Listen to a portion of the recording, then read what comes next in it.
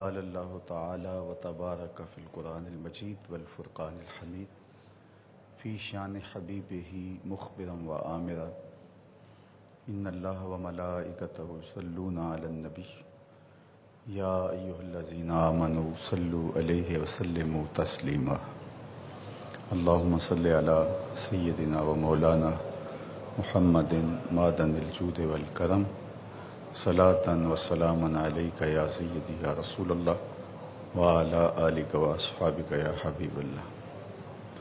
حمد و تعریف و توصیف اللہ جل مجدہ الکریم کی ذات بابرکات کے لیے، جو خالق کائنات بھی ہے اور مالک شش جہات بھی۔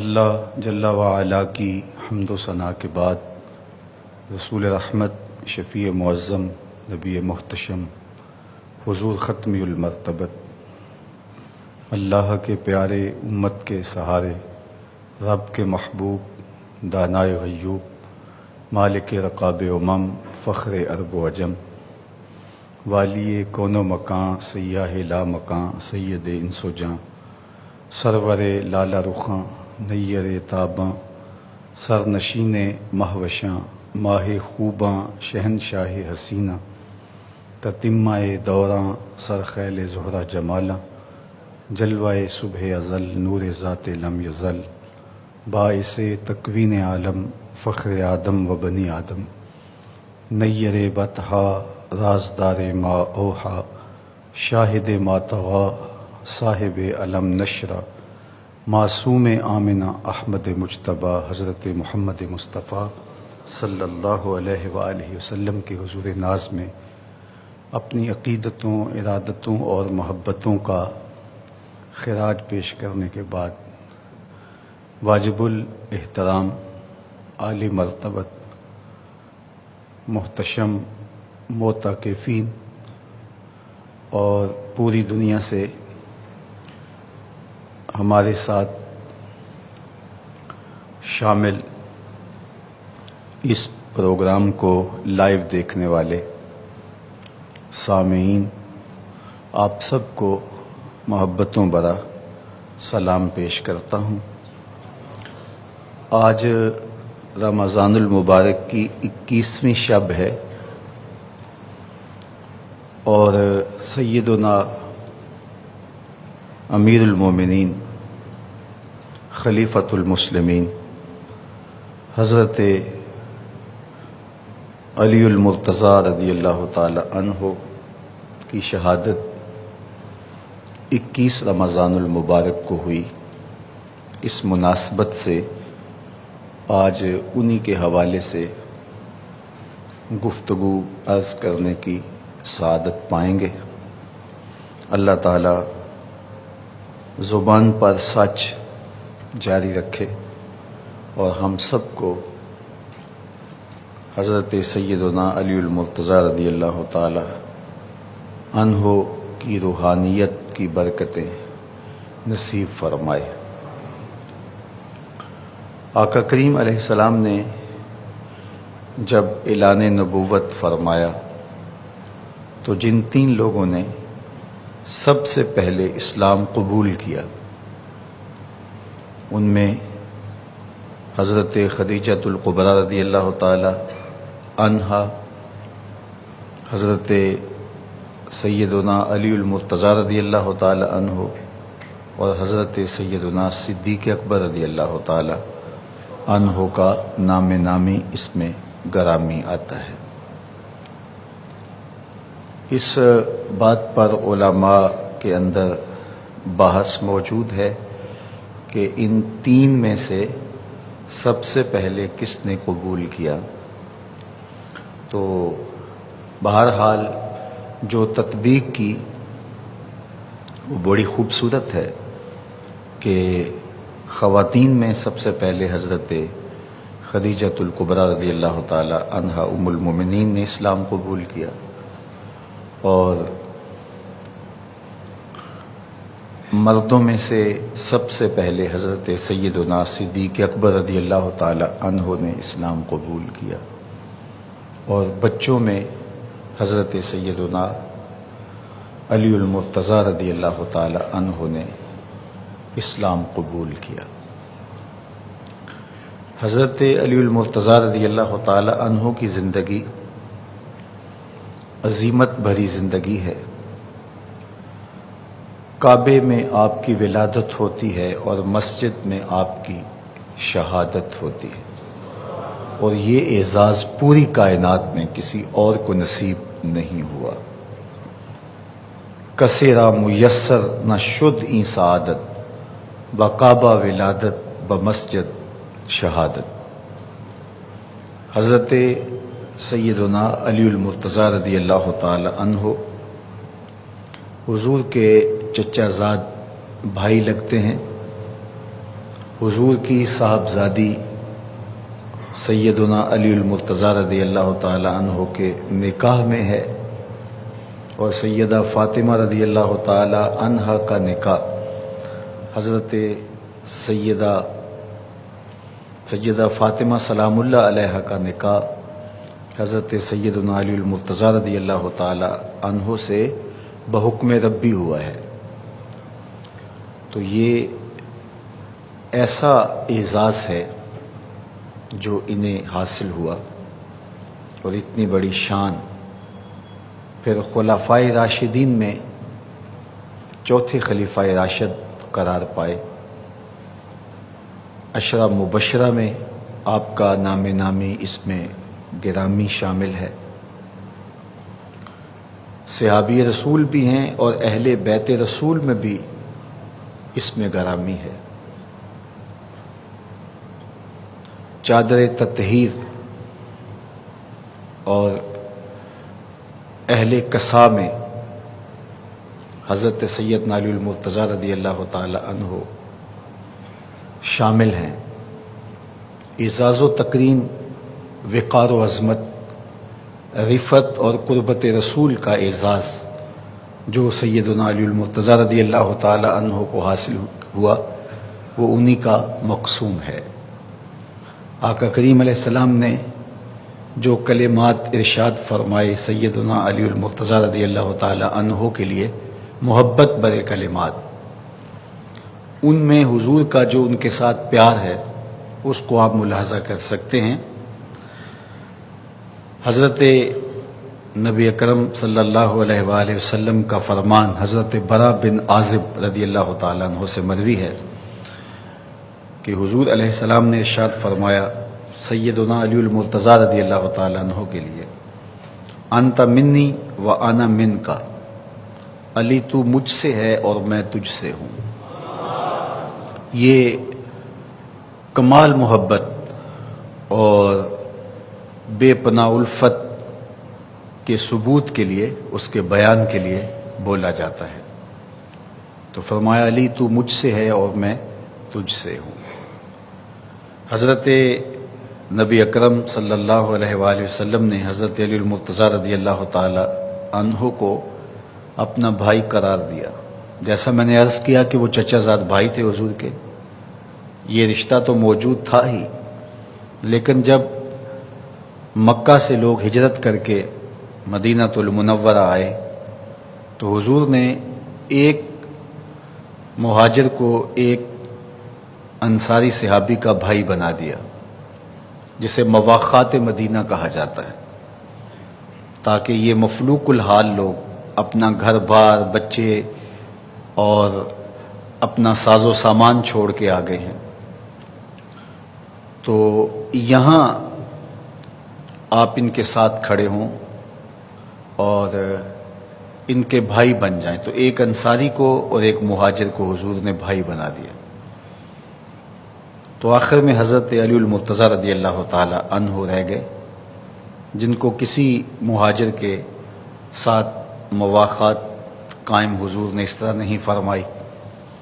تو حدیث پاک میں آتا ہے کہ وہ آئے اور ان کی آنکھوں میں آنسو تھے، اور عرض گزار ہوئے کہ حضور آپ نے ہر ایک کو کسی کا بھائی بنا دیا ہے اور مجھے کسی کا بھائی نہیں بنایا۔ تو آقا کریم نے کمال شفقت کرتے ہوئے جو ارشاد کیا، ذرا ان لفظوں کے اندر جو محبت ہے اور سیدنا علی المرتضیٰ رضی اللہ تعالی عنہ کے ساتھ حضور کا تعلق کی خاطر ہے، حضور کی قربت جو نے میسر ہوئی، اس کا یہ خوبصورت بیان ہے۔ آقا کریم نے فرمایا انت اخی فی الدنیا والآخرہ، علی تو دنیا میں بھی میرا بھائی ہے، آخرت میں بھی میرا بھائی ہے۔ تو یہ حضور نے حضرت سیدنا علی المرتضیٰ رضی اللہ تعالی عنہ کے لیے کلمات ارشاد کیے۔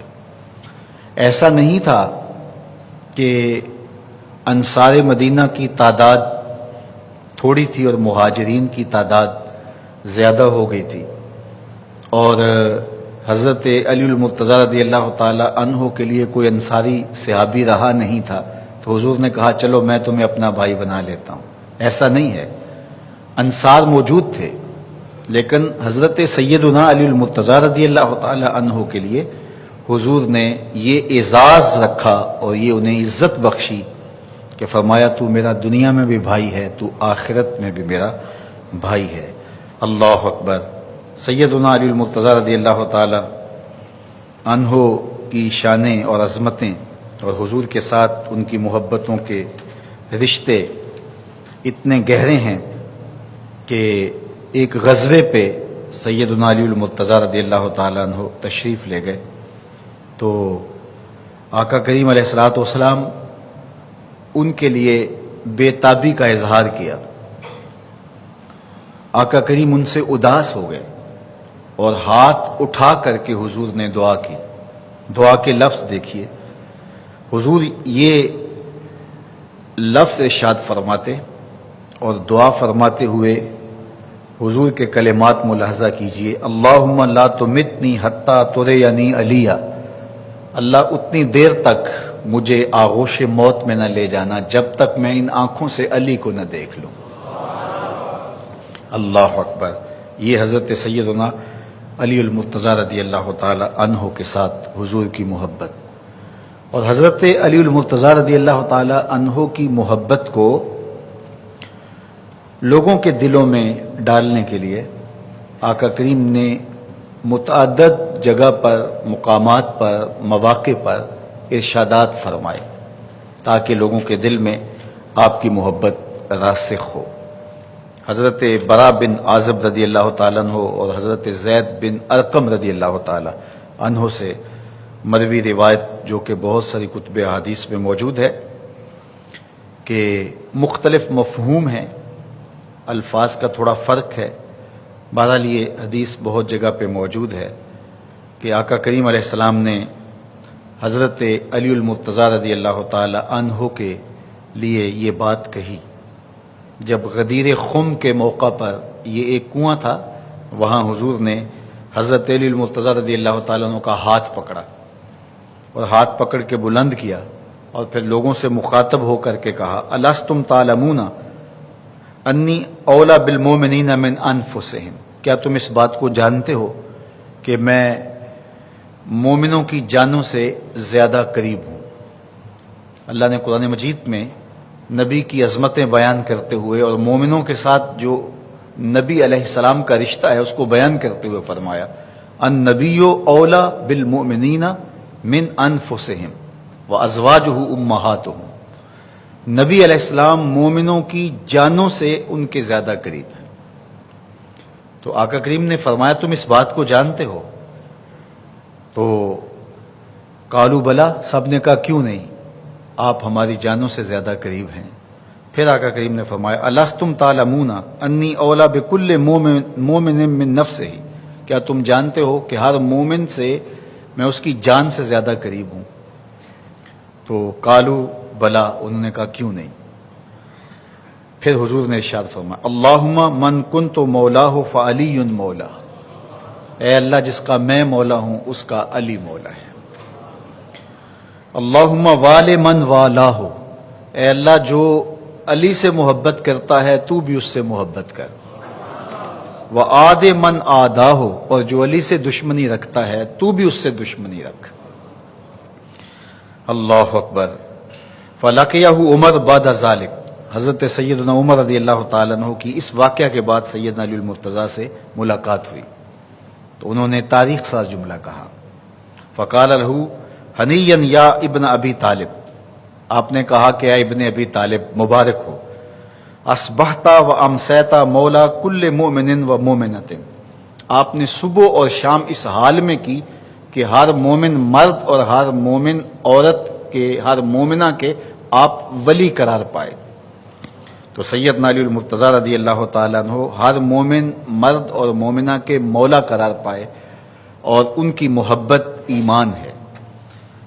رسول رحمت صلی اللہ علیہ وآلہ وسلم نے ان کے ساتھ محبت کرنے کی ترغیب دی، اور ان کے ساتھ بغض رکھنے والے کے لیے آقا کریم کا ایک فرمان سنیے جو حضرت ام سلمہ رضی اللہ تعالی عنہ کی مرویات سے ہے۔ قال رسول اللہ صلی اللہ علیہ وآلہ وسلم، فرماتی ہیں کہ رسول کریم صلی اللہ علیہ وآلہ وسلم نے ارشاد فرمایا، لا يحب علی منافق ولا یبغضہ مومن، علی کے ساتھ منافق محبت نہیں کر سکتا اور مومن بغض نہیں رکھ سکتا۔ تو سیدنا علی المرتضیٰ رضی اللہ تعالی عنہ کے ساتھ بغض علامت نفاق ہے، اور ان کے ساتھ محبت علامت ایمان ہے۔ اہل ایمان سیدنا علی المرتضیٰ رضی اللہ تعالی عنہ سے محبت کرتے ہیں، انہیں ٹوٹ کے چاہتے ہیں، اور انہیں کیوں پیار نہ کریں جن کا پیار حضور کے قلب اطہر میں ڈالا گیا، جن کی محبت علامت ایمان قرار دی گئی، جن کے چہرے کو دیکھنا اہل ایمان کے لیے روح اور قلب کا قرار بن گیا، اور ان کی محبت حضور علیہ السلام کی محبت قرار دی گئی۔ تو اہل ایمان ان سے ٹوٹ کر کے محبت کرتے ہیں، لیکن اس کا یہ مطلب اور یہ مفہوم نہیں ہے کہ سیدنا علی المرتضیٰ رضی اللہ تعالیٰ عنہ کی محبت باقیوں کے ساتھ بغض کا سبب اور ذریعہ بن جائے۔ آقا کریم علیہ السلام کی ایک حدیث پاک جس کو امام احمد بن حنبل نے اپنی سند کے ساتھ لکھا، اور نہج البلاغہ کے اندر بھی یہ روایت موجود ہے، حضرت علی رضی اللہ تعالی عنہ خود اس کو روایت کرتے ہیں۔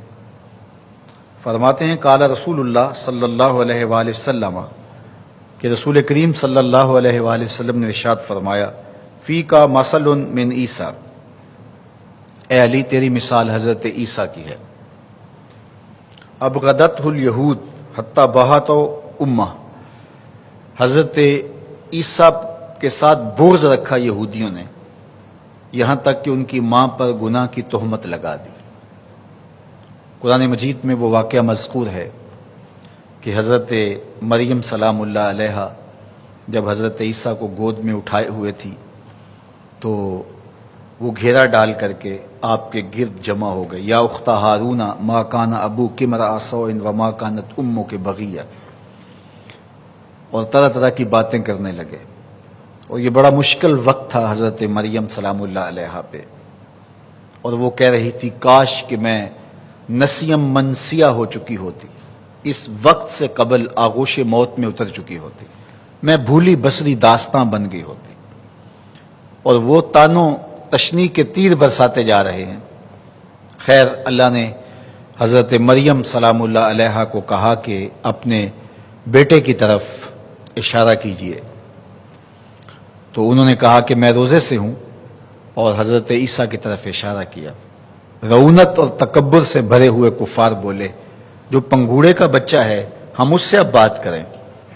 تو حضرت عیسیٰ علیہ السلام آغوش مادر میں تھے، تو انہوں نے کپڑا ہٹایا اپنے زانوں سے، اور پھر اس پر اپنا دایاں ہاتھ رکھا، اور کفار کی آنکھوں میں آنکھیں ڈال کر اللہ کے نبی نے کلام کیا، انی عبد اللہ آتانی الکتاب وجعلنی نبیا، میں اللہ کا بندہ ہوں، اللہ نے مجھے کتاب بھی دی ہے اور نبی بھی بنایا ہے۔ اپنی ماں کی عصمت کی گواہی دی حضرت عیسیٰ علیہ السلام نے۔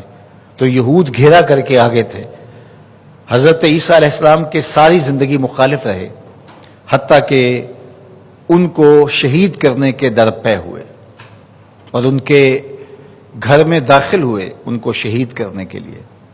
یہ الگ بات ہے کہ اللہ نے حضرت عیسیٰ کو آسمانوں کی طرف اٹھا لیا، انہیں قتل نہیں کیا گیا، سولی نہیں چڑھایا گیا، لیکن جو شخص اندر داخل ہوا قتل کرنے کے لیے، اس کو انہوں نے پکڑا اور حضرت عیسیٰ کے شبے میں اس کو سولی چڑھا دیا، اور اپنے گمان میں یہ سمجھتے رہے کہ ہم نے حضرت عیسیٰ کو سولی چڑھا دیا۔ قرآن نے نفی کی، چونکہ یہ ساری زندگی خود بھی تشویش میں رہے کہ اگر یہ حضرت عیسیٰ ہیں تو پھر جو ہم نے آدمی اندر اتارا تھا وہ کدھر گیا، اور اگر یہ وہ ہے تو حضرت عیسیٰ کدھر گئے۔ تو قرآن نے اس عقدے کو کھولا کہ انہیں قتل نہیں کیا گیا، انہیں سولی نہیں چڑھایا گیا، بلکہ انہیں اللہ نے آسمان کی طرف اٹھا لیا، اور قرب قیامت میں حضرت عیسیٰ تشریف لائیں گے۔ دمشق کی جامع مسجد کے شرقی مینار پہ اتریں گے اور جماعت تیار ہوگی، حضرت عیسیٰ کو دعوت دی جائے گی، لیکن وہ کہیں گے کہ نہیں، حضرت امام مہدی کے بارے میں کہیں گے کہ آپ ہی مصلی پہ کھڑے ہو کے نماز پڑھائیں، اور حضرت عیسیٰ نماز پڑھیں گے حضرت امام مہدی کے پیچھے۔ میرے اور آپ کے آقا و مولا نے فرمایا وہ وقت کیسا ہوگا جب عیسیٰ ابن مریم آئیں گے لیکن امام تم سے ہوگا۔ اللہ اکبر۔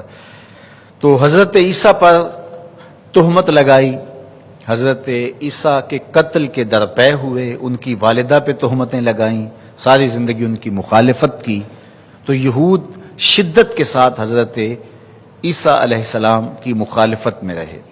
تو کہا تیری مثال بھی حضرت عیسیٰ کی ہے کہ ایک طبقہ تیرے ساتھ بغض رکھے گا، دشمنی رکھے گا، جس طرح حضرت عیسیٰ علیہ السلام کے ساتھ بغض اور دشمنی لوگوں نے رکھی، اے علی تیرے ساتھ بھی لوگ بغض اور دشمنی رکھیں گے۔ حتیٰ بہت امہ وَأَحَبَّتْهُ النَّصَارَى، اور حضرت عیسیٰ علیہ السلام سے نصارہ نے محبت کی، عیسائیوں نے پیار کیا۔ حتیٰ انزلوہ بمنزلۃ التی لیست لہ، اور اتنا اوپر چڑھا دیا کہ جو ان کا منصب نہیں تھا، انہیں الہ قرار دے دیا، اقانیم ثلاثہ میں سے ایک اقنوم قرار دے دیا۔ انہوں نے کہا تین وجود مل کر کے الہ تشکیل پاتا ہے معاذ اللہ، تو ان میں حضرت عیسیٰ علیہ السلام کو ایک اقنوم قرار دیا، تو انہیں معبود کے مقام پہ کھڑا کر دیا۔ وہ اللہ کا پیغام لے کر آئے تھے، اللہ کی توحید کا پیغام لے کر آئے تھے، لوگوں کو اللہ کی چوکھٹ پہ جھکانے کے لیے آئے تھے، لیکن عیسائیوں نے اس قدر مبالغہ کیا کہ حضرت عیسیٰ چونکہ بن باپ پیدا ہوئے تھے تو انہوں نے ان کو معبود کہہ دیا، الہ کہہ دیا۔ تو یہود گمراہ ہوئے بغض میں، دشمنی میں، اور نصارہ گمراہ ہوئے محبت میں۔ تو حضور نے فرمایا اے علی تیری مثال بھی حضرت عیسیٰ والی ہے، تیرے معاملے میں بھی آ کے دو لوگ برباد ہوں گے، ایک بغض رکھ کے برباد ہوں گے، ایک محبت کر کے برباد ہوں گے۔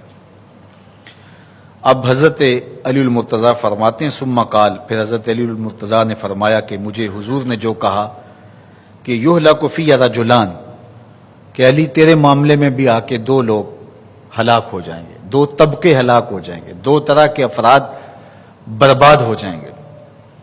محب مفرط یکرزنی بما لیس فی، ایک محبت میں بہت آگے بڑھ جانے والے اور میرے بارے وہ کہنے والے جو میں نہیں ہوں۔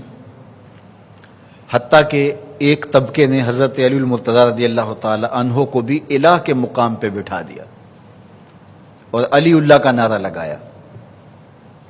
تو کہا ایک طبقہ وہ ہے جو تیری محبت میں گمراہ ہو جائے گا اور وہ کہے گا جو اے علی تم نہیں ہو۔ وَمُبْغِضٌ يَحْمِلُهُ شَنَعَانِ عَلَىٰ أَن يَبْهَتَنِي، اور دوسرا طبقہ وہ ہے کہ جو بغض کے اندر، دشمنی کے اندر، عداوت کے اندر اور گمراہی کے اندر اتنا بڑھ جائے گا کہ تیرے ساتھ وہ معاملہ کرے گا جس طرح حضرت عیسیٰ علیہ السلام کے ساتھ قوم نے کیا، اور بغض و عناد کے اندر بھرے ہوئے ان کی ماں پر بھی تہمت لگائی۔ تو اے علی تیرے ساتھ بھی کچھ لوگ بغض رکھیں گے، دشمنیاں رکھیں گے۔ اب یہ ایک ترازو ہے جس میں ہم اپنے آپ کو تول سکتے ہیں۔ کہیں ایسا تو نہیں کہ حضرت علی المرتضیٰ رضی اللہ تعالیٰ عنہ کا نام آئے تو ہماری طبیعتوں میں بے چینی اور اضطراب پیدا ہونے لگے، ان کا نام ہمیں گوارا نہ ہو۔ اور یہ بھی ہم سوچیں کہ کہیں ایسا تو نہیں کہ حضرت علی المرتضیٰ رضی اللہ تعالی عنہ کا نام ہمیں محبت کے اس مقام پہ بٹھا دے کہ حضرت علی المرتضیٰ رضی اللہ تعالی عنہ کو وہ درجہ ہم دیں جو ان کا درجہ نہیں ہے، جو ان کا مقام نہیں ہے۔ تو ہمیں اس ترازو میں اپنے آپ کو تولنا پڑے گا اور دیکھنا پڑے گا۔ نہج البلاغہ کے اندر بھی جو حضرت علی المرتضیٰ رضی اللہ تعالیٰ عنہ کے خطبات اور فرامین پر مشتمل کتاب ہے، اور مشکات میں بھی جو ہے وہ امام احمد بن حنبل کی مسند کے اندر بھی یہ روایت موجود ہے۔ تو اس کو اگر ہم لوگ معیار بنا لیں اور اس پر غور و تدبر کریں تو بہت سارے تفرقے مٹ سکتے ہیں اور بہت ساری چیزیں جو ہیں وہ ختم کی جا سکتی ہیں۔ تو حضرت علی المرتضیٰ رضی اللہ تعالیٰ عنہ کی مثال حضرت عیسیٰ والی مثال ہے، یہودی گمراہ ہوئے بغض رکھ کے اور عیسائی گمراہ ہوئے محبت کی فراوانی میں اور محبت میں غلو کر کے۔ تو غلو بھی بربادی کا سبب ہوا اور بغض اور دشمنی بھی بربادی کا سبب ہوا۔ تو حضرت سیدنا علی المرتضیٰ رضی اللہ تعالیٰ عنہ کے ساتھ ہمارا دل، ہماری روحیں، ہمارے قلوب پیار کرتے ہیں، اور جو ہی ان کا نام آتا ہے تو ہماری روحوں تک تسکین اترتی ہے، اور ان کا ذکر ہمارے لیے قرار جاں اور تسکین قلب ہے۔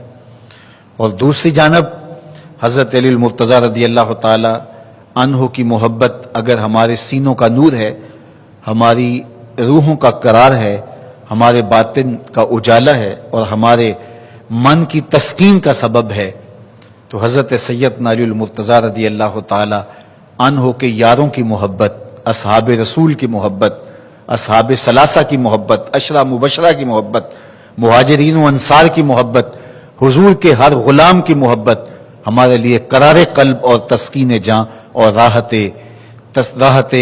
دل ہے۔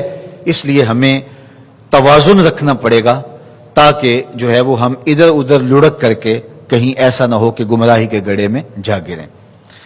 اللہ اکبر۔ حضرت سیدنا علی المرتضیٰ رضی اللہ تعالیٰ عنہ کی عظمتیں، آپ کی رفتیں، آپ کو عطا کی گئی شانیں، آپ کے امتیازات اور آپ کی عظمتوں اور رفتوں کے جلی عنوانات، اگر اس پر گفتگو کی جائے تو ساری رات بھی بیت جائے لیکن ہم احاطہ نہیں کر سکتے۔ جتنے فضائل، جتنے مناقب کتب احادیث میں سیدنا علی المرتضیٰ رضی اللہ تعالیٰ عنہ کے موجود ہیں، شاید کسی کے اتنے مناقب موجود ہوں۔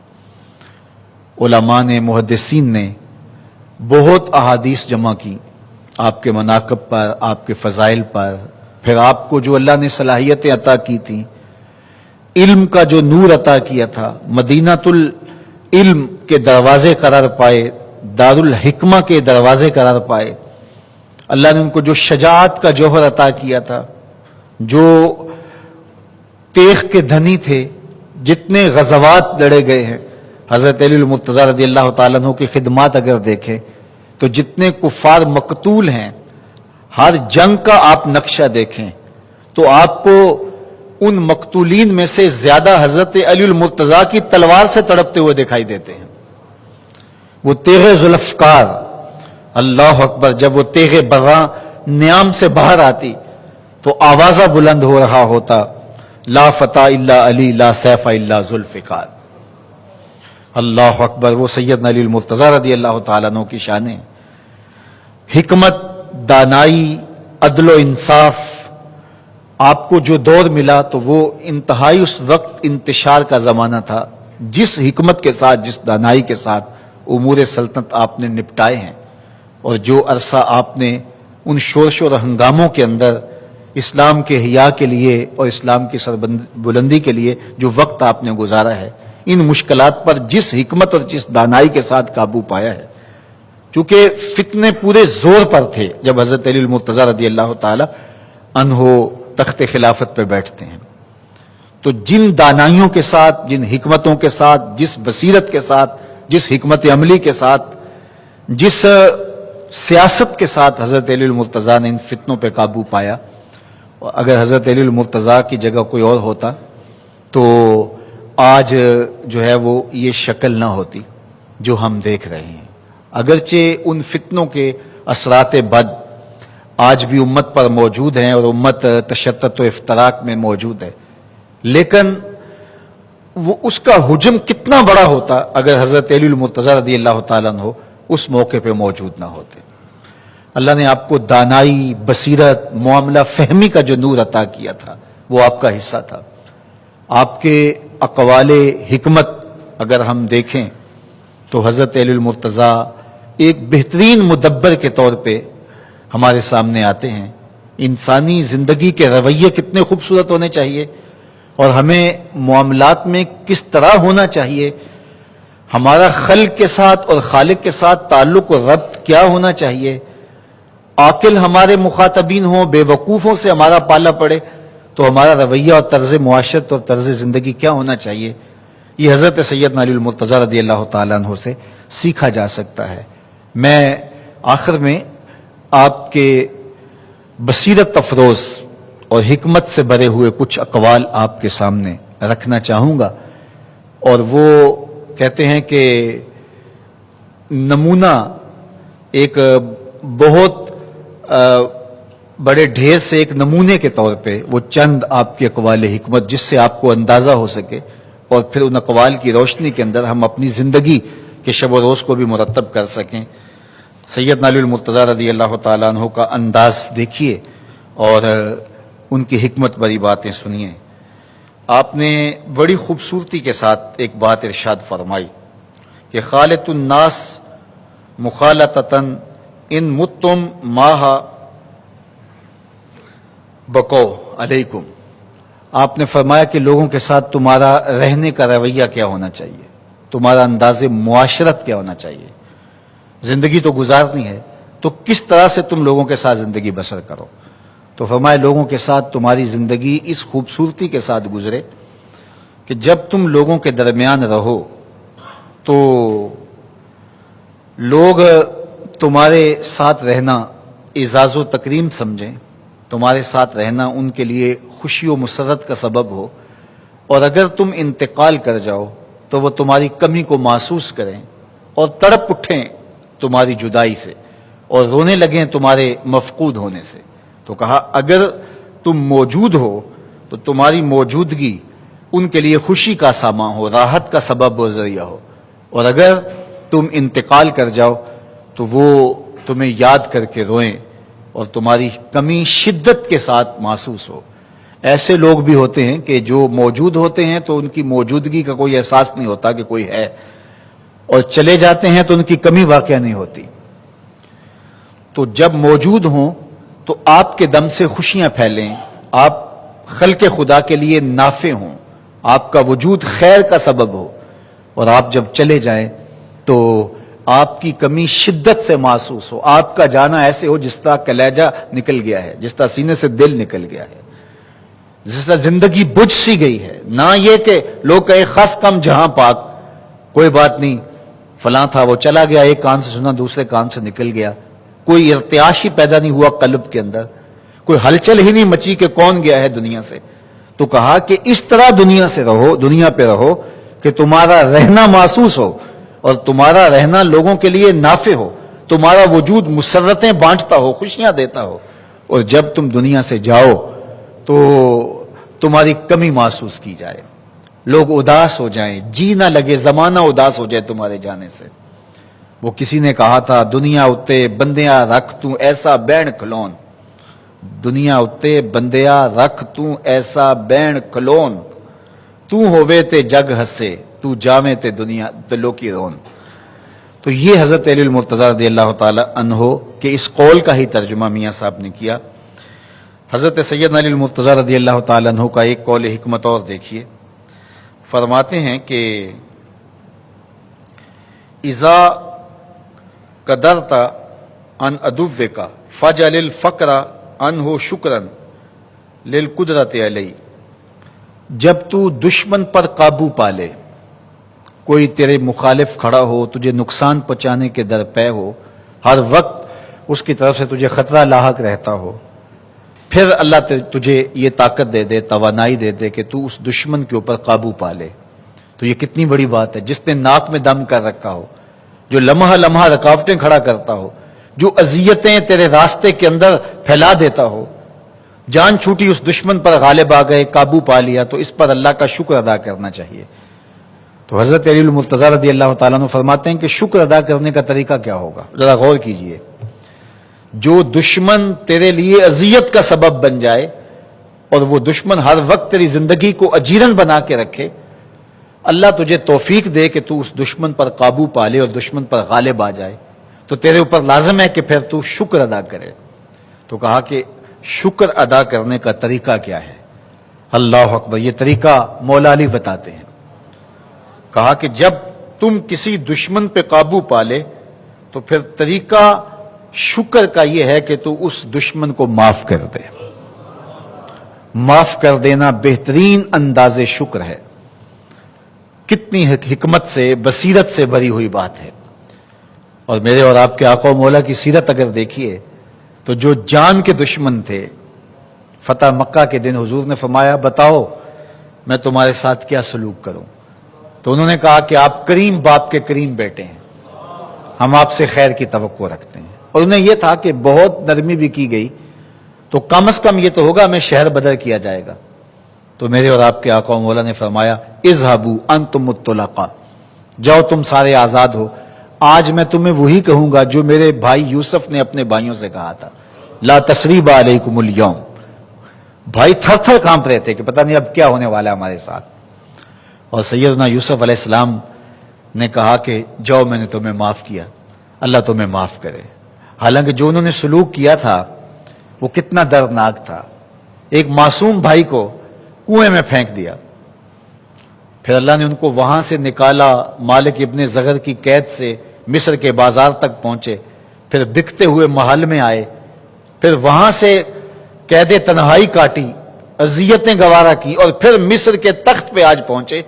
اور آج بھائی سوالی بن کے جناب یوسف کے سامنے کھڑے ہیں.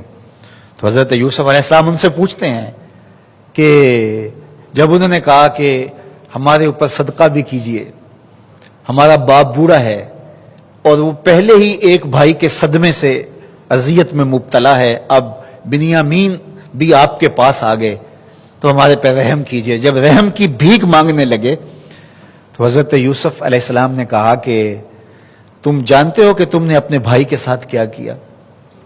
تو یہ لمحے بڑے کربناک تھے. ایک دم وہ ٹھٹک گئے کہ یہ کہانی عزیز مصر کو کیسے معلوم ہے؟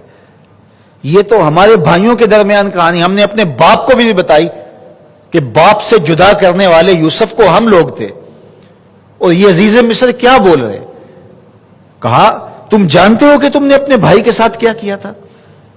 تو وہ ایک دم خوف، استفسار، حیرت، عجیب کیفیات تھی ان کی.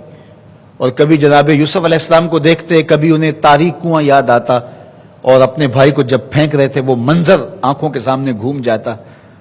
اور ایک دم انہیں لگا اور کہا کہ کیا آپ ہی یوسف تو نہیں ہیں؟ قال انا یوسف، کہا میں ہی یوسف ہوں.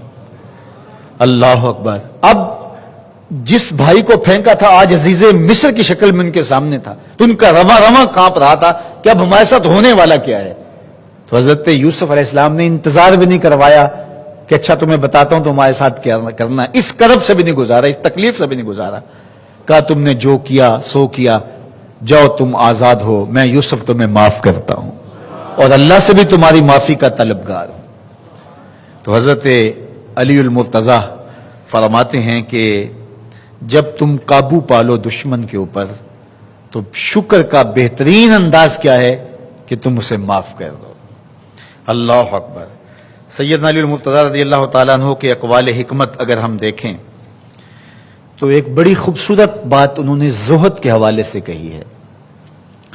زہد یہ ہے کہ دنیا کی محبت دل سے نکل جائے اور خواہشات ختم ہو جائیں. دنیا ہاتھ سے نکل جائے تو بندہ فقیر ہو جاتا ہے، مفلس ہو جاتا ہے، لیکن دنیا دل سے نکل جائے تو بندہ اللہ کا ولی بن جاتا ہے.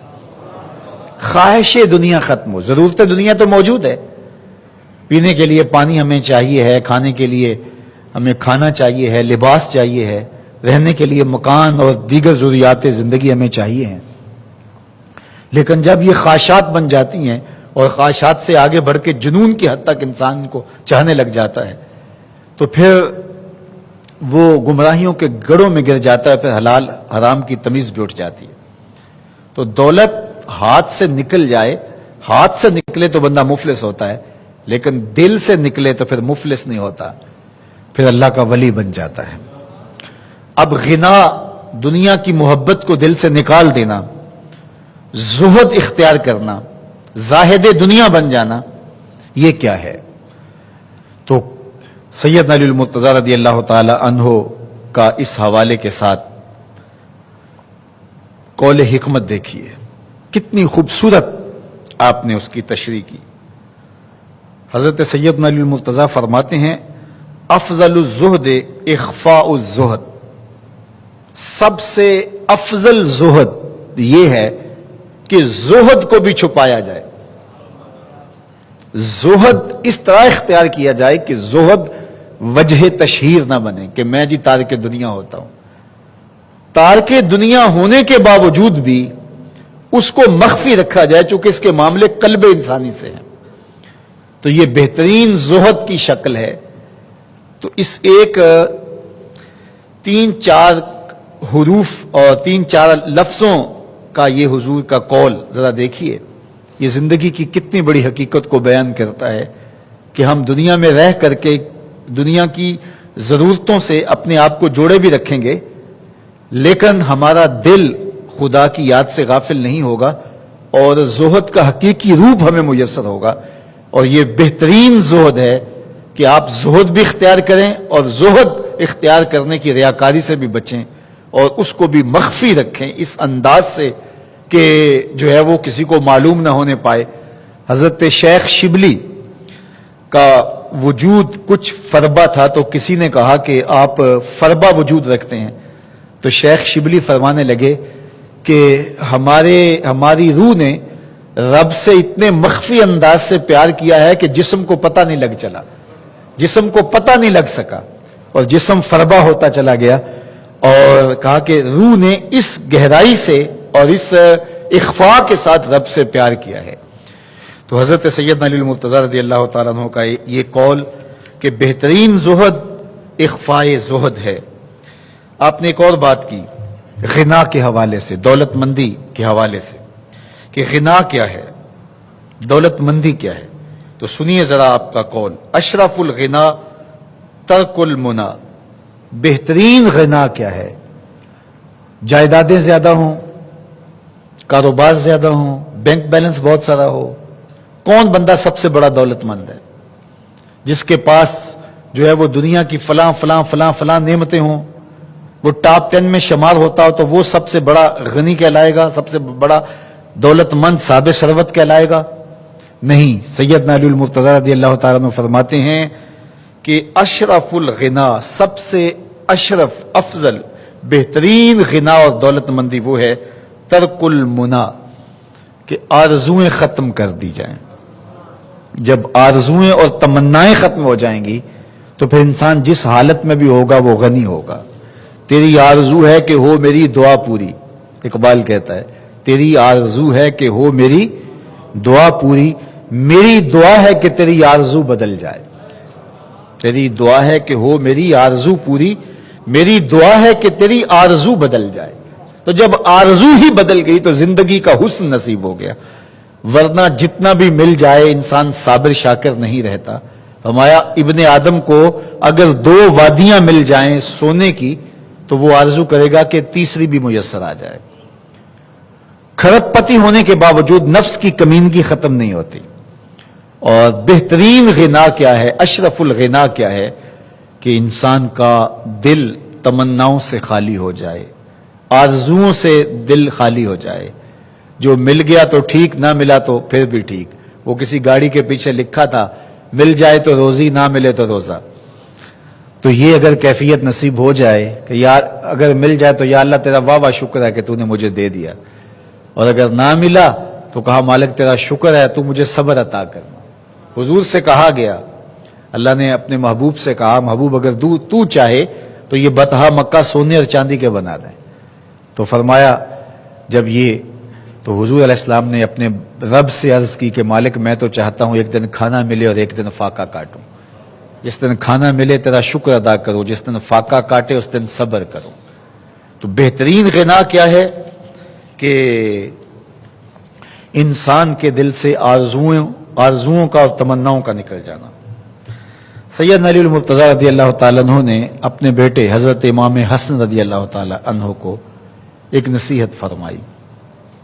اپنے فرزند کبیر حضرت حسن المجتبی رضی اللہ تعالیٰ عنہ کے نام آپ کی ایک وصیت ہے، ذرا سن لیجئے۔ آپ کی وساطت سے حضرت علی المرتضی کی نسبی اور معنوی اولاد سب کے لیے یہ نصیحت ہے۔ آپ نے فرمایا یا بنیہ، اے میرے بیٹے، احفظ انی اربعا و اربع، کہ میرے سے 4 چیزیں یاد کر لو اور 4 یاد کر لو، یعنی 8 چیزیں ہیں جو میں تمہیں بتانا چاہتا ہوں، تم میرے سے ان کو حفظ کر لو، ان کو یاد کر لو۔ آپ بھی کوشش کریں کہ ان چیزوں کو ہم اچھی طرح سے اپنے حافظے میں محفوظ کر لیں اور اپنی زندگی کے نظم و نسق کو اس کے مطابق ڈھالنے کی کوشش کریں۔ انسان جو اپنے بیٹے کو وصیت کرتا ہے وہ اس کے تجربات کا نچوڑ ہوتی ہے اور کمال محبت کے ساتھ اس کی سراسر بھلائی مقصود ہوتی ہے، اور باپ وہ وصیت اپنے بیٹے کو کرتا ہے۔ اور یہاں وصیت کرنے سے قبل کتنے پیار بھرے انداز میں یا بنیہ، یہاں یا بنیہ تصغیر ہے لیکن یہ محبت کے لیے ہے، اے میرے پیارے بیٹے، یا بنیہ، اے میرے بیٹے، احفظ انی اربعا و اربعا، میں تمہیں 4 چیزیں بیان کرتا ہوں اور 4 چیزیں اس کے ساتھ جڑی ہوئی ہیں، تو یہ 8 چیزیں تم یاد کر لو۔ لا یضرک ما عملت معہن، اگر یہ تیرے عمل کا حصہ بن جائیں تمہیں زندگی میں کبھی نقصان نہیں ہوگا، زندگی میں تم شر سے بچے رہو گے، برائی سے بچے رہو گے، نقصان سے بچے رہو گے، تمہارا باطن تمہارا ظاہر اچھا رہے گا اگر ان 4 چیزوں کو 4 چیزوں کے ساتھ جوڑ کر کے اپنے عمل کا حصہ بنا لو۔ سنو وہ حضرت سیدنا علی المرتضی رضی اللہ تعالی عنہ کیا چیزیں بیان فرما رہے ہیں۔ فرمایا ان اغنى الغناء العقل، سب سے بڑا غنا، سب سے بڑی دولت مندی، سب سے بڑی ثروت عقل ہے۔ اگر کسی کو عقل کا رزق دیا گیا ہے تو وہ سب سے بڑا دولت مند ہے۔ اگر اس کے پاس مال و متاع بہت سارے ہیں لیکن بے وقوف ہے تو وہ دولت مندی نہیں ہے۔ اصل دولت جو اللہ تعالیٰ جل شانہ کسی بندے کو عطا کرتا ہے وہ عقل ہے۔ سیدنا علی المرتضی رضی اللہ تعالیٰ عنہ کا ایک اور قول ہے اسی عنوان سے، آپ نے فرمایا کہ ردینا بقسمت الجبار لنا العلم وللجہال مالو، ہم اللہ کی تقسیم پہ راضی ہیں، اس نے ہمیں علم کی دولت ارزانی کی اور جاہلوں کو مال دیا۔ تو علم کے ساتھ مال مل جائے تو بہت بڑی سعادت ہے، اور علم کے بغیر مال خرابی لاتا ہے۔ تو اس لیے حضرت سیدنا علی المرتضی رضی اللہ تعالیٰ عنہ اپنے بیٹے کو نصیحت کرتے ہیں کہ سب سے بڑا غنا، سب سے بڑی دولت، سب سے بڑی ثروت جو عطا کی گئی ہے انسان کو وہ عقل ہے۔ وَأَكْبَرُ الْفَقْرِ الْحُمْقُ، اور سب سے بڑی جہالت اور سب سے بڑا فقر اور سب سے بڑی محتاجی جہالت ہے۔ سب سے بڑی دولت مندی عقل ہے، اور سب سے بڑی غربت، سب سے بڑی جہالت اور سب سے بڑی غریبی اور سب سے بڑا فقر اور محتاجی وہ بے وقوفی ہے۔ اور پھر ارشاد فرمایا وَأَوْحَشَ الْوَحْشَةُ الْعُجْبُ، اور سب سے بڑی وحشت تنہائی عجب ہے، خود پسندی ہے، اپنے آپ کو دیکھنا کہ میں بہت کچھ ہوں۔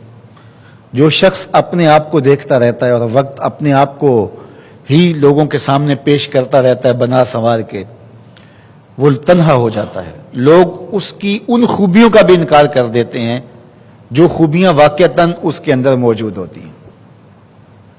اگر پاؤ ہے تو اپنے آپ کو سیر نہ بتاؤ، لوگ پاؤ کا بھی انکار کر دیں گے۔ تو جو جس حالت میں ہو وہی حالت لوگوں کے سامنے ہونی چاہیے، بلکہ اس سے اگر کم ہو. شیخ سعدی نے ایک بڑی خوبصورت بات لکھی کہ تم برے ہو لوگ تجھے نیک سمجھیں یہ بری بات ہے، لیکن تم نیک ہو اور لوگ تجھے برا سمجھیں تو کوئی فرق نہیں پڑتا، تم اللہ کی نظر میں نیک ہو. اس لیے تم اگر شیر ہو اور لوگ تمہیں پاؤ سمجھے تو کوئی فرق نہیں پڑتا، لیکن اگر تم اپنے آپ کو پیش کر رہے ہو تو لوگ تمہاری اس حیثیت کا بھی انکار کر دیں گے جو تمہیں حاصل ہے. تو سیدنا علی المرتضیٰ فرماتے ہیں کہ وَأَوْحَشُ الْوَحْشَةِ الْعُجْبُ، سب سے بڑی وحشت جو ہے، سب سے بڑی تنہائی خود پسندی ہے، عجب ہے. اور پھر ارشاد فرمایا کہ وَأَكْرَمُ الْحَسَبِ حُسْنُ الْخُلْقِ، سب سے اچھا جو حسب و نسب ہے وہ کیا ہے؟ میں فلاں ہوتا ہوں، میں فلاں ہوتا ہوں، میں فلاں کا بیٹا ہوں، فلاں قبیلے سے میرا تعلق ہے، میرا باپ بڑا امیر کبیر تھا، میں شہنشاہ کا بیٹا ہوں، پدرم سلطان بود، میرا بادشاہ، میرا والد بادشاہ تھا. یہ حسب و نسب بیان کیا جاتا ہے. تو سب سے بہتر حسب و نسب کیا ہے؟ سنو سیدنا علی المرتضیٰ کیا فرما رہے ہیں کہ فلاں شہنشاہ کا فرزند ہوں، فلاں دولت مند کا فرزند ہوں، فلاں عالم کا بیٹا ہوں، فلاں مفتی کا بیٹا ہوں، فلاں جو ہے وہ رئیس شہر کا فرزند ہوں. اپنا حسب نامہ اس طرح لوگ پیش کرتے ہیں، مجھے جانتے ہو کہ میں فلاں ابن فلاں ہوں. سیدنا علی المرتضیٰ فرماتے ہیں بہترین جو حسب ہے جو آپ پیش کرتے ہیں وہ کیا ہے؟ حسن الخلق، تمہارے اخلاق کیسے ہیں. تمہارا خلق گواہی دے گا کہ تم اچھے خاندان کے چشم و چراغ ہو. تمہارا خلق گواہی دے گا کہ تم اونچی ذات کے شخص ہو. تمہارا خلق گواہی دے گا، تمہارا کردار گواہی دے گا کہ تم کہاں کھڑے ہو. تو اپنے کردار کو بہتر بنانے کے لیے، زندگی کو خوبصورت کرنے کے لیے اپنی محنت کرنی چاہیے، نہ اس بات پر کہ میں فلاں ابن فلاں ہوں، بلکہ اپنے کردار کو اتنا بہتر بناؤ کہ تمہارے کردار کی خوشبو سے لوگ خود جانیں کہ تم کون ہو. مشکانست کے خود ببوئت نہ کہ عطار بگوئت. فارسی کا ایک مقولہ ہے کہ خوشبو وہ ہوتی ہے جو خود بتائے کہ میں خوشبو ہوں. خوشبو بیچنے والا بتاتا پھر ذرا سونگ کے دیکھیے یہ بڑی اچھی خوشبو ہے، ذرا سونگیے، ذرا ناک قریب کیجئے. وہ کون سی خوشبو ہے جس خوشبو کا تعارف عطار کو بتانا پڑے، خوشبو بیچنے والے کو جس کا تعارف کروانا پڑے بڑی اچھی خوشبو ہے جناب لے لو، بہت اچھی خوشبو ہے. تو فارسی والے کہتے ہیں خوشبو آنست کہ خود ببوئت، خوشبو خود بتا دیتی ہے کہ میں خوشبو ہوں، عطار نہیں بتاتا کہ میں خوشبو ہوں. تو تم کون ہو تمہیں بتانا پڑے، اپنا قصیدہ بیان کرنا پڑے، اپنا نسب نامہ بیان کرنا پڑے. میرا باپ یہ تھا، میرا چچا یہ تھا، میرا دادا یہ تھا. کہا یہ بتانے کی ضرورت نہیں. حضرت علی المرتضیٰ فرماتے ہیں تمہارے خلق کی خوشبو سے لوگ سمجھ جائیں گے یہ کون ہے. تمہارے اخلاق اتنے اچھے ہوں کہ لوگ پہچان جائیں تم کون ہے. تو بہترین حسب و نسب کیا ہے؟ اپنے بیٹے حضرت امام حسن رضی اللہ تعالیٰ عنہ کو بتا رہے ہیں. مجھے بتائیے امام حسن سے بہتر نسب اور حسب کس کا ہو سکتا ہے؟ رسول اللہ کی بیٹی کے بیٹے، امام الاولیاء کے فرزند ہیں، رسول اللہ کے نواسے ہیں، بنو ہاشم کے چشم و چراغ ہیں. تو انہیں یہ نہیں کہا کہ تم یہ بتاتے پھرنا، بلکہ کہا کہ تمہارا خلق گواہی دے کہ میں محمد کا نواسا ہوں، تمہارے اخلاق گواہی دے کہ میں نے فاطمہ کا دودھ پیا ہے، تمہارا کردار گواہی دے، تمہاری شجاعت گواہی دے کہ تم علی کے فرزند ارجمند ہو. تو کہا اپنے بیٹے کو وصیت کرتے ہیں کہ بہترین جو تعارف ہے تمہارا وہ اچھا اخلاق ہے. اللہ اکبر. پھر حضرت علی المرتضیٰ رضی اللہ تعالیٰ عنہ ان چیزوں کو بیان کرنے کے بعد فرماتے ہیں یا بنیا، اے میرے بیٹے، ایاک والمصادقہ الاحمق، بے وقوف شخص کی دوستی سے ہمیشہ بچنا.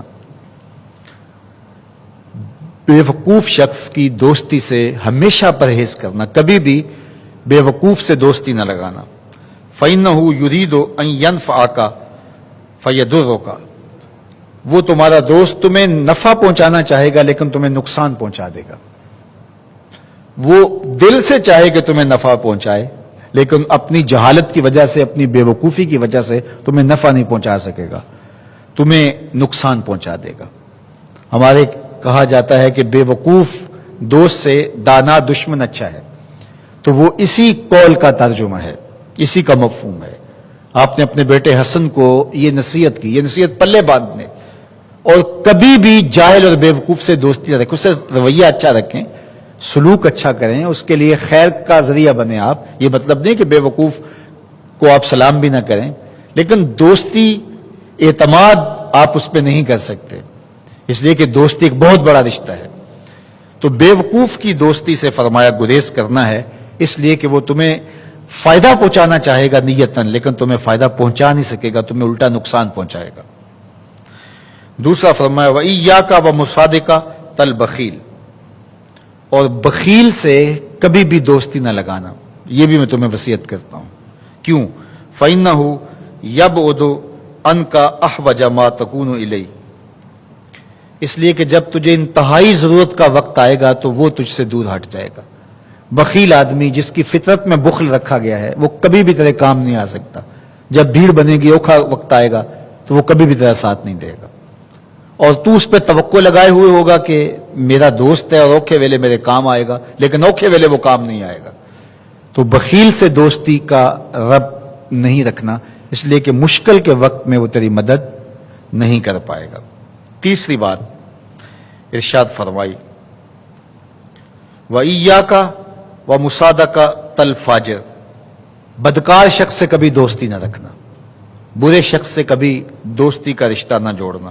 فَإِنَّهُ يَبِيعُكَ بِالطَّافَةِ، ارشاد فرمایا کہ جو فاسق و فاجر ہے، برا شخص ہے، بدکار ہے، اس سے دوستی نہ رکھنا، اس لیے کہ وہ بہت تھوڑی قیمت میں تجھے بیچ دے گا۔ برا آدمی تو وہ کہتے ہیں وہ بیویوں کو بیچ دیتے ہیں، دوست کیا ہوتا ہے؟ وہ تو ماں اور بہنوں اور بیٹیوں کی آبرو میں بیچ دیتے ہیں، دوست کیا ہوتا ہے؟ تو فرمایا کہ وہ تمہیں بہت کم قیمت میں، پھوٹی کوڑیوں میں تجھے فروخت کر دے گا، اس لیے کبھی بھی کسی فاسق و فاجر سے دوستی نہ رکھنا۔ اور آخری بات جو اپنے بیٹے کو آپ نے فرمائی وَإِيَّاكَ وَمُصَادَقَةَ الْكَذَّابِ، جھوٹے آدمیوں سے کبھی دوست نہیں رکھنا، جھوٹے آدمیوں سے کبھی بھی ربط خصوصی قائم نہ کرنا، محبت کا رشتہ قائم نہ کرنا۔ کیوں؟ اس لیے فَإِنَّهُ كَالسَّرَابِ، جس طرح سراب ہوتا ہے وہ اس کی طرح ہوتے ہیں، يُقَرِّبُ عَلَيْكَ الْبَعِيدَ وَيُبْعِدُ عَلَيْكَ الْقَرِيبَ، وہ بعید کو تجھے قریب دکھائے گا، قریب کو تجھے بعید دکھائے گا۔ جو چیز قریب ہوتی ہے، جو وہ سراب ہوتا ہے تو دور سے پانی دکھائی دیتا ہے، لیکن جب قریب جا کے دیکھتے ہیں تو وہ سراب ہوتا ہے، پانی نہیں ہوتا۔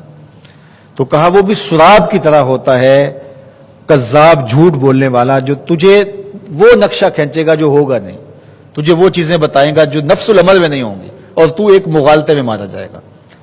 تو جو قریب ہے اس کو دور بتائے گا، جو دور ہے اس کو قریب بتائے گا۔ تو سیدنا علی المرتضی رضی اللہ تعالیٰ عنہ نے 4 لوگوں سے دوستی کرنے سے گریز کرنے کی تلقین کی اپنے بیٹے حضرت حسن رضی اللہ تعالیٰ عنہ کو۔ پہلا شخص فرمایا بے وقوف سے دوستی کبھی نہیں کرنی، وہ تمہیں فائدہ پہنچانا چاہے گا لیکن نقصان دے گا۔ دوسری بات یاد رکھیں کہ آپ نے کہا بخیل سے دوستی نہیں کرنی، جب بھیڑ بنے گی، اوکھا ویلا آئے گا، وہ تیری مدد نہیں کر پائے گا۔ اور تیسری چیز ارشاد فرمائی کہ فاسق و فاجر سے دوستی نہیں رکھنی، وہ تیری آبرو بیچ دے گا، تجھے بہت سستے میں بیچ دے گا، فروخت کر دے گا۔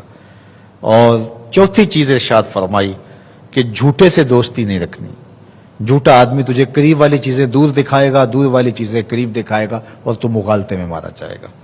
یہ ہے حضرت سیدنا علی المرتضی رضی اللہ تعالی عنہ کے وہ اقوال نور جن کی گہرائی، گہرائی اور حکمت سے بھرے ہوئے یہ کلمات سے پھوٹتے ہوئے اجالے ہماری زندگی کو ایک اسلوب دیتے ہیں، اور آپ کی وسعت نظر، دقت نظر، یرف نگاہی کا پتہ دیتے ہیں کہ کس قدر معاشرتوں اور معاشرتوں کے رویوں کو، لوگوں کے مزاج کو اور لوگوں کے معاملات کو حضرت سیدنا علی المرتضی رضی اللہ تعالیٰ عنہ سمجھتے تھے۔ ذرا ان حکمت بھرے کلمات میں سے ایک کلمہ اور سن لیجئے اور دیکھیے کہ سیدنا علی المرتضی رضی اللہ تعالیٰ عنہ کیا فرما رہے ہیں۔ فرمایا کہ جو شخص شریف ہو جب وہ بھوک میں مبتلا ہو جائے، جب اس پر غربت آ جائے تو فرمایا اس سے ڈرو، اور دوسرا فرمایا کہ جو لعین ہو، لئیم ہو، کمزور ہو، اور جب اس کے پاس طاقت آ جائے تو اس سے بھی ڈرو۔ یعنی جو لئیم الفطرت شخص ہو، کمینہ ہو، تو جب اس کے پاس طاقت آ جاتی ہے تو وہ خطرناک ہو جاتا ہے، اور دوسری جانب جو شریف آدمی ہوتا ہے تو جب وہ بیچارہ مجبور ہو جاتا ہے تو پھر اس کے قہر و غضب سے بھی بچو، اس کے غصے سے بھی بچو۔ بعض اوقات کوئی شخص صاحب شرف ہوتا ہے لیکن حالات کے چکر میں پھنس جاتا ہے اور ایسی جگہ آ کے بیٹھ جاتا ہے کہ جہاں وہ کبھی بھی اپنے آپ کو بیٹھنا قبول نہیں کرتا، تو کوئی اس وقت ان کی عزت سے اگر کھیلنا چاہے تو وہ شخص خوددار ہوتا ہے، تو اس کی خودداری جب جاگتی ہے تو پھر وہ سخت نقصان کا سبب بن جاتا ہے۔ تو کوئی شخص صاحب منصب ہو، شریف النسب ہو، تو اگر کسی وجہ سے وہ کسی کمزور جگہ پہ آ گیا ہے تو اس کی کمزوری سے فائدہ اٹھانے کی کوشش نہ کرو اور اس کی آبرو سے کھیلنے کی کوشش نہ کرو، وہ سخت نقصان دہ ہوگا۔ اور اسی طرح جو شخص لئیم الفطرت ہے، کمینہ اور کمزور ہے، باطنی طور پہ کمزور ہے، اخلاقی طور پہ کمزور ہے، اور اس کو کوئی وقتی منصب آپ دے دیتے ہیں یا منصب مل جاتا ہے اس کو، تو پھر اس کی شر سے بھی بچنا پڑے گا، اس لیے کہ وہ اس منصب کو سنبھال نہیں پاتا اور اس کی کمینگی جو ہے وہ شر پھیلاتی ہے۔ تو یہ زندگی سکھانے والے اقوال ہیں۔ ہم زندگی میں بہت سارے معاملات کے اندر ٹھوکریں کھاتے ہیں، دھوکے کھاتے ہیں، تکلیفیں ہمیں پہنچتی ہیں، تو سیدنا علی المرتضیٰ رضی اللہ تعالیٰ میں بتاتے ہیں کہ کہاں سے بچ کے نکلنا ہے اور کن لوگوں کی قربت تمہارے لیے خیر کا سبب ہے اور کن لوگوں سے دور رہنا تمہارے لیے شر سے بچنے کا ذریعہ ہو سکتی ہے۔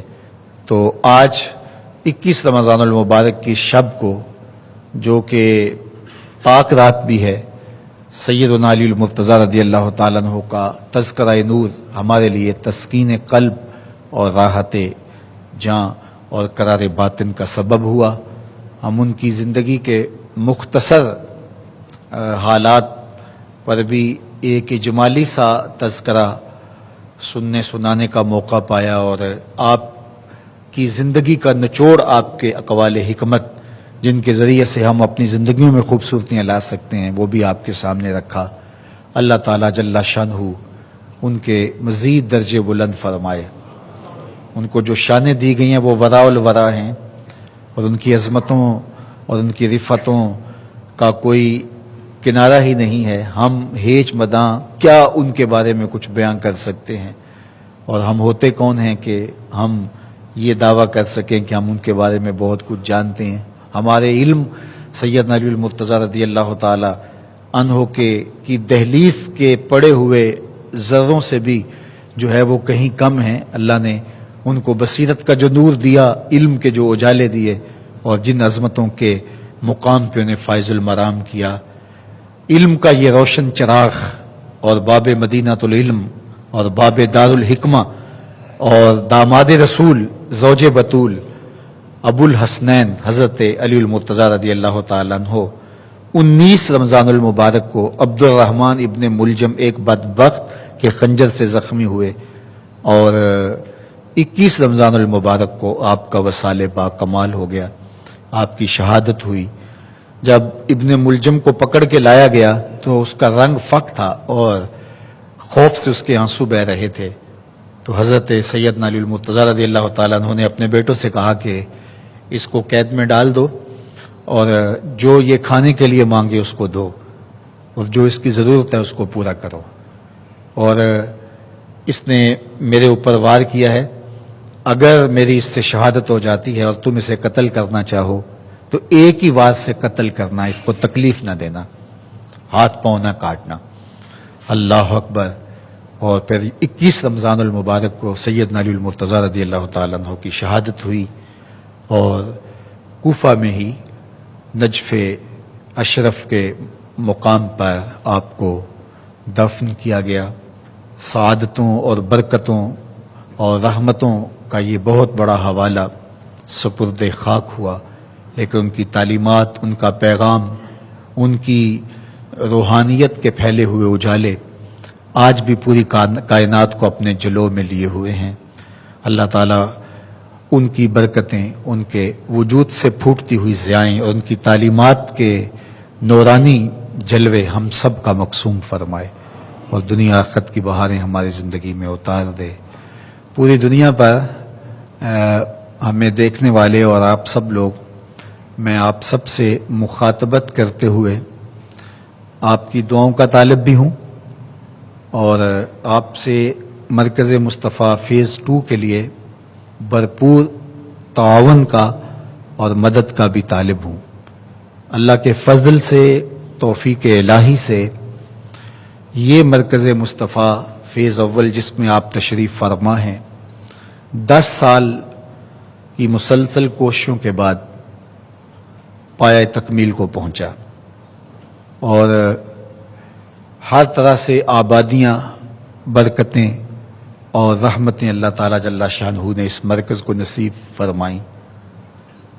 کتنے علماء، کتنے حفاظ یہاں سے علم کی تکمیل کرنے کے بعد مختلف جگہوں پہ پیغام حق کے ابلاغ کا ذریعہ بنے اور ہزاروں طلباء و طالبات یہاں سے اکتساب فیض، اکتساب علم کر رہے ہیں اور اللہ تعالیٰ جل شانہ نے اس مرکز کو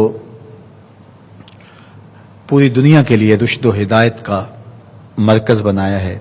یہاں سے پھوٹنے والی ضیائیں اور پھیلنے والے اجالے کس قدر درماندہ راہ لوگوں کے لیے ایک روشنی کا مینار ثابت ہو رہے ہیں۔ اب آپ کے سامنے ہی ساری صورتحال ہے کہ یہ جگہ اپنی تمام تر وسعتوں کے باوجود تنگ دامانی کی شکایت کرتی ہے۔ اس سال مرکز میں قائم شدہ جامعۃ المصطفیٰ اور الکلیۃ المصطفیہ للبنات دونوں میں مزید داخلہ جات کی گنجائش نہیں ہے اور شوال مکرم میں ہم نے داخلے بھی کرنے ہیں، تو یہ ہمارے لیے ایک بڑا مشکل مرحلہ ہے۔ خیر، طلباء کے لیے تو ہم نے ایک کرائے پہ جگہ حاصل کر لی ہے اور نیا داخلہ ہوگا تو طلباء وہاں جائیں گے۔ طالبات کے لیے بہرحال مشکل موجود ہے، تو ہم نے سوچا کہ مرکز کا جو ہاسٹل جو مرکز کے حصے میں اور مرکز کے نقشے میں شامل ہے اس کو جلد تعمیر کر لیا جائے۔ ماضی میں یہ جگہ تعمیر ہوئی تو اس کو 10 سال لگے اور یہ ہاسٹل جو ہے یہ بہرحال حجم میں اس سے بڑا ہے، تو اگر رفتار یہ رہی تو اس کو تو پھر 15 سال لگیں گے، تو ہم تو متحمل نہیں ہیں، تو 1 سال 2 سال تو ہم کرائے پہ گزار سکتے ہیں اور اس کے بعد وہ جگہ بھی کم پڑ جائے گی اور آگے پھر داخلوں کے معاملات ہوں گے، تو ہم 2 سال کے اندر اندر اس ہاسٹل کو تعمیر کرنے کا ارادہ رکھتے ہیں۔ تو پوری دنیا کے اوپر میری آواز کو سننے والے اور آپ لوگ، آپ سے التماس ہے کہ 40 کروڑ روپے کی خطی رقم کے ساتھ یہ مرکز کا فیز 2 تعمیر ہوگا۔ انشاءاللہ لیلۃ القدر کے موقع پہ ہم سنگ بنیاد رکھنے جا رہے ہیں، تو آپ لوگ بھرپور تعاون کیجئے۔ جس طرح آپ کی انتہائی ضرورت ہو تو قرض اٹھا کر کے بھی اپنے گھر کا وہ حصہ جس کے بغیر آپ کی گزر نہیں ہو رہی ہوتی، آپ اس کو تعمیر کرتے ہی ہیں، تو یہ بھی آپ کے وجود کا، آپ کے کام کا ایک حصہ ہے اور یہ مرکز آپ کی محبتوں کا مرکز ہے، تو اس کو بھی جلد سے تعمیر کرنا ہے۔ جن لوگوں کو اللہ نے ثروت و دولت سے نوازا ہے، جن کو اللہ تعالیٰ نے بڑا دل عطا کیا ہے، وہ بڑے دل سے یہ 40 کروڑ روپے کا خرچہ ہے تو 1 کروڑ اپنے ذمے لے لے یا 100واں حصہ 40 لاکھ اپنے ذمے لے لیں، 10 لاکھ کا ایک شیئر خرید لیں، 5 لاکھ کا خرید لیں، 1 لاکھ روپیہ دے دیں، جتنی بھی توفیق ہو۔ ہمیں تو جو لوگ 10 روپے پیش کرتے ہیں وہ بھی ہمارے نزدیک قابل تکریم ہوتے ہیں اور ان کا وہ محنت کا پیسہ کتنی برکتیں لاتا ہے اور کتنی رحمتوں کا سبب اور ذریعہ ہوتا ہے. تو اس بار بھرپور انداز سے فنڈنگ کرنی ہے. ہمارے پاس صرف اب 8-9 دن رہ گئے ہیں، تو ان 8-9 دنوں کے اندر بھرپور تعاون کر کے آپ نے مرکز مصطفیٰ کی اس تعمیر میں کم از کم اتنی رقم جمع ہو سکے کہ ہم عید کے فوری بعد کام کو تیزی سے آگے لے جا سکیں اور کام رکنے نہ پائے. اللہ کرے 2 سال کے اندر اندر اس کی تکمیل ہو اور جو رکاوٹیں ہیں وہ دور ہو جائیں. اللہ آپ کو مجھے اپنی کرم نوازیوں اور رحمتوں کے سائے میں رکھے. معتکف حضرات سے بالخصوص اور پوری دنیا کے اوپر سننے والوں سے بالعموم دعا کی التجا ہے کہ یہ ایک بہت بڑا ہدف ہے ہمارے سامنے. پوری دنیا کے اوپر لاکھوں لوگ ہیں ہمارے ملنے والے، بلکہ کروڑوں لوگ ہمارے سننے والے اور لاکھوں لوگ ہمارے سے ربط اور محبت کا رشتہ رکھنے والے موجود ہیں. اور عمومی طور پہ یہی دیکھ لیا جاتا ہے کہ اتنے لوگ ہیں تو لوگ کر ہی رہے ہوں گے تو میرے ایک سے کیا فرق پڑتا ہے. تو اس طرح اگر ہر کوئی سوچ لے تو پھر کس طرح کام ہوتے ہیں. تو ہر شخص اس کا جو حصہ بنتا ہے وہ اس مرکز کی تعمیر میں ضرور شامل کرے، چاہے وہ دعا کے لیے ہاتھ اٹھا کر کے ہی ہو. انشاءاللہ اللہ آسانیاں پیدا کرے گا. مجھے امید ہے کہ یہ 2 سال کے اندر ہی مکمل ہوگا. اللہ آپ سب کو سلامت رکھے. الحمدللہ رب العالمین والصلاة والسلام علی اشرف الانبیاء والمرسلین. اللہ اٹھے ہوئے ہاتھ، پھیلی ہوئی جھولیاں رحمتوں سے بھر دے، بخت کی بہاریں نصیب فرما دے، مقدر کی خزائیں رخصت کر دے. جئیں تو تیرے لیے، مریں تو تیرے دین کے لیے، زندگی کی آخری ہچکی تک تیرے رسول کے وفادار رہیں. ہر علت سے، ہر قلت سے، ہر ذلت سے رہائی عطا کر دے. اپنے پاک نبی کے در کی گدائی عطا کر دے. نفس و شیطان کے مکر و فریب سے، دجل و تلبیسات سے ہماری حفاظت فرما.